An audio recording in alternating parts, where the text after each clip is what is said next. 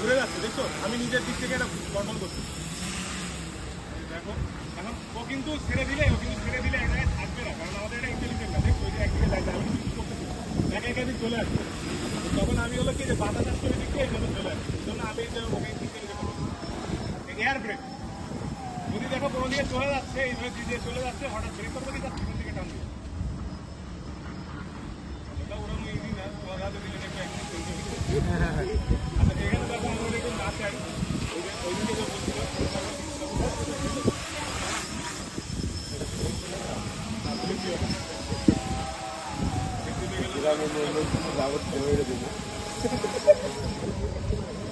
আমি কিন্তু সংখ্যাতে total loose করার সাথে সাথে আমরা এটা কন্ট্রোল করি। এখন এটা কন্ট্রোল শিখতে টাইম লাগবে, প্রত্যেকজন আলাদা আলাদা শিখতে গেলে একদম ওর জীবন শেষ হয়ে যাবে। এটা 200 মিটার উপরে থাকে। এই যে সমস্যা হলো আমার যদি চোখের বাইরে চলে যায়, আমি কিন্তু ডাইরেকশন বুঝতে পারবো না, বুঝছো?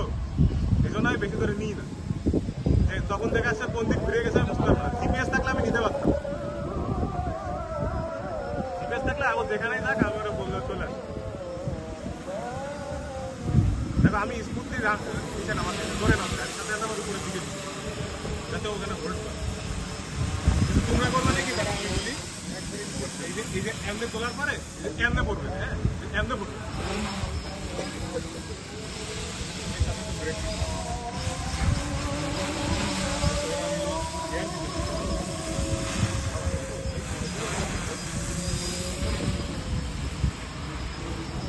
এখন স্টেবল আছে, যেমন দেখো কাপাকাপি কমই করতে পারি আমি, যে এটা নিজে থেকে করবো, হ্যাঁ এটা নিজে থেকে করবো।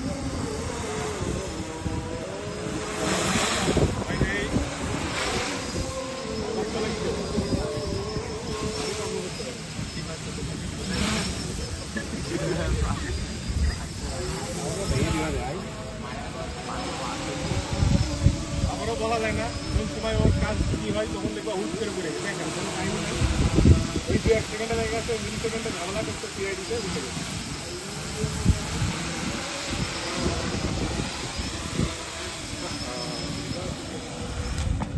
আচ্ছা এইটাতে নিচে ল্যান্ডিং গিয়ার না, নিচে দেখো ছুটি থাকে।